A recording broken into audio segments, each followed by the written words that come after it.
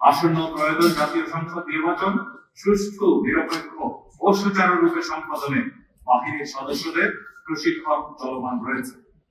জাতীয় ও আন্তর্জাতিক পর্যায়ে বিজিবি অব্যাহত রেখেছে সাফল্যের প্রবণতা। জাতীয় পর্যায়ে চলতি বছর হ্যান্ডবল প্রতিযোগিতা ও জুডো প্রতিযোগিতায় বিজিবি দল চ্যাম্পিয়ন হওয়ার গৌরব অর্জন করেছে।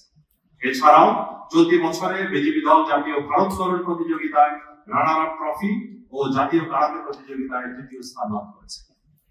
আন্তর্জাতিক পর্যায়ে আমাদের দেশে অনুষ্ঠিত কাবাডি জাতীয় দলে বিজিবির 2 জন খেলোয়াড়, ইরানে অনুষ্ঠিত এশিয়ান নারী কাবাডি প্রতিযোগিতায় বিজিবির 3 জন খেলোয়াড়, ভারতে অনুষ্ঠিত সাউথ এশিয়ান বিউ বল চ্যাম্পিয়নশিপ দলে জাতীয় দলে বিজিবির 3 জন খেলোয়াড় এবং দ্বিতীয় নারী কাবাডি বিশ্বকাপ জাতীয় দলে বিজিবির 3 জন খেলোয়াড় বাংলাদেশ দলে অংশগ্রহণ করেছে।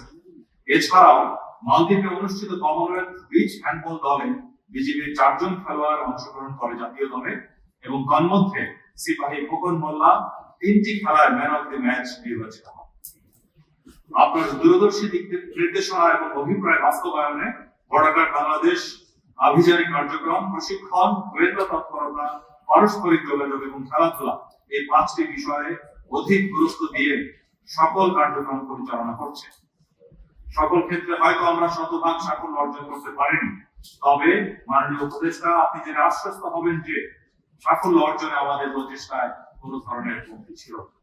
ভবিষ্যতেও স্বরাষ্ট্র মন্ত্রণালয় কর্তৃক অর্পিত যে কোনো দায়িত্ব নিষ্ঠার সাথে সম্পাদনে আমরা প্রতিশ্রুতিবদ্ধ। আসন্ন ত্রয়োদশ জাতীয় সংসদ নির্বাচন সুষ্ঠু, নিরপেক্ষ ও সুচারুরূপে সম্পাদনে বাহিনীর সদস্যদের প্রশিক্ষণ চলমান রয়েছে। নির্বাচনী দায়িত্ব সর্বোচ্চ আন্তরিকতা ও দক্ষতার সাথে পালনে আমরা বদ্ধপরিকর।